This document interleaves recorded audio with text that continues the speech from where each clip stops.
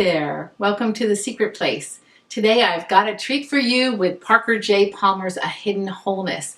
I haven't read much from this book to you, and if you don't have it, again, it's one I wouldn't use it if I didn't think it was great. I have a very short couple of sentences here that I want to share with you, and it's all about the divided life, like how to remove ourselves or get over or be done with the divided life. That is a life that is not whole, a life that doesn't lead towards wholeness. Now, I'm not talking about holiness, even though the word wholeness, W-H-O-L-E, and holiness are from the same root, the same English etymology. I'm talking about wholeness and dividedness, and that's what Parker Palmer is talking about. He is adjuring his reader to stop hiding the truth from themselves, and he's basically making an argument about no more divided life. Well, let's see how that happens. He says, here is the ultimate irony of the divided life. Live behind a wall long enough, and the true self you tried to hide from the world disappears from your own view. The wall itself and the world outside it become all that you know. Eventually, you even forget that the wall is there, and that hidden behind it is someone called you. Yeah, I know I've revisited this subject time and time again, and I do so because I know it's something people don't talk about. I know it's not regular table conversation, but there are hundreds of thousands of hurting people not knowing who they are, feeling who they are, thinking who they are, and not being able to express it, not being able to voice it, not being able to truly know it and experience who they really are because they've got what? A mask on. Because they're hiding that true self. Someone who might say, I'm 18 and I want to be an artist. I am an artist. I've been painting and drawing since I'm 5, and I know I have some talent and I want to pursue it. They're afraid to say it, so they put a mask on. Never talk about their art. Keep it to themselves. It's their own thing. And then they get into a job behind a desk, let's say in an HR. Oh, and if you work for HR, please don't be mad at me. But let's say in an HR department where you're just, you're working on database entries and benefits.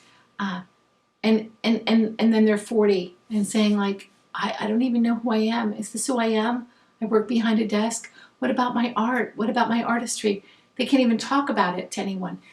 And there's this divided self, right? There's this sense of like, I am this person in this situation, and in this situation when I'm alone, I'm this person.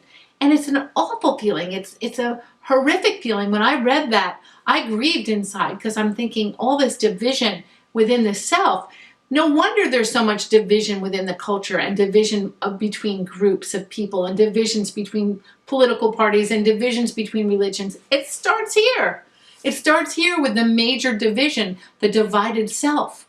And Parker Palmer talks about the wholeness that is a hidden wholeness. There's a wholeness there that is deeper than the division. We've got to take a hold of it.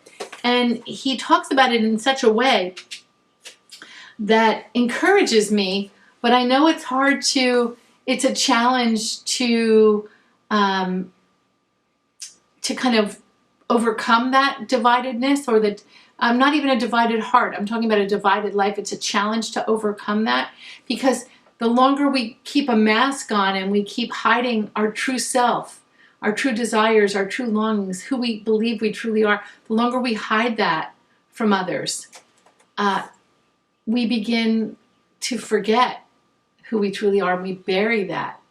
And I think that's why one of the reasons you hear like so many 50, 60, and even 70-year-olds just, I don't know, just retiring and then dying and hating life. I hate that thought, because they're waking up to what happened to my life. Where did it go? I've never been truly known. I've never been truly heard. And that's a stinking shame, my friends. That is a shame. That is not what God has for us. I know that we find our wholeness. We find our wholeness in Him. He can help heal that divided life within us and help us be brave enough to use our voice, to speak it out, to speak our truth.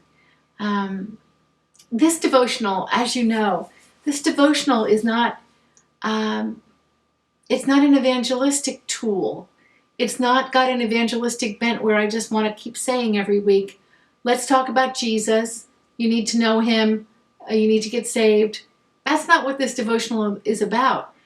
Are there devotionals out there about that? Yeah. Oh yeah. Are they needed? Sure. But this short vlog, every time I record it, is about who you are and who you are becoming, who I am, how God is transforming us into the beautiful creatures that we are, the beauty that is you. Yeah, I'm talking to you. Yes, the beauty that is you, that has never truly been seen, that you don't feel has ever truly been seen. God wants to bring that out in you. He wants to heal the fissure, the division that, I don't know why it was caused. I don't know where it came from. Maybe it came from a parent saying, you'll never do this, or you'll never be that, or no, go for the safe job because you need to make money. You know, you do need to make money to live in this world. I mean, but the division and the cut, if you will, the fissure could come from anywhere. Let's get about healing that, okay? Let's get about giving that to the Lord. Because if you believe that He's your healer, that He's your comforter, that He's your counselor, that He's your Lord, that He's your shepherd, then we've got to, if we believe that, then we've got to take Him up on that. We've got to begin more intentionally walking in the truth, not just keeping it up here, intellectualizing it. Like, I think it was Paul who said, if we live by the Spirit, we need to walk in the Spirit.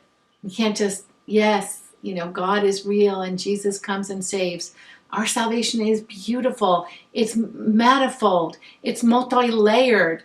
And we need to unpack it and walk in the fullness of it. There is a greater and greater fullness of this awesome salvation that God has brought us through Christ. And so let's move toward that wholeness. Let's encourage one another, even as it is called today. Let's encourage one another to walk in the wholeness and to leave the divided life behind. Yeah? Okay. Thanks for coming. Thanks for coming to The Secret Place. Until next time, this is Stephanie. Bye now.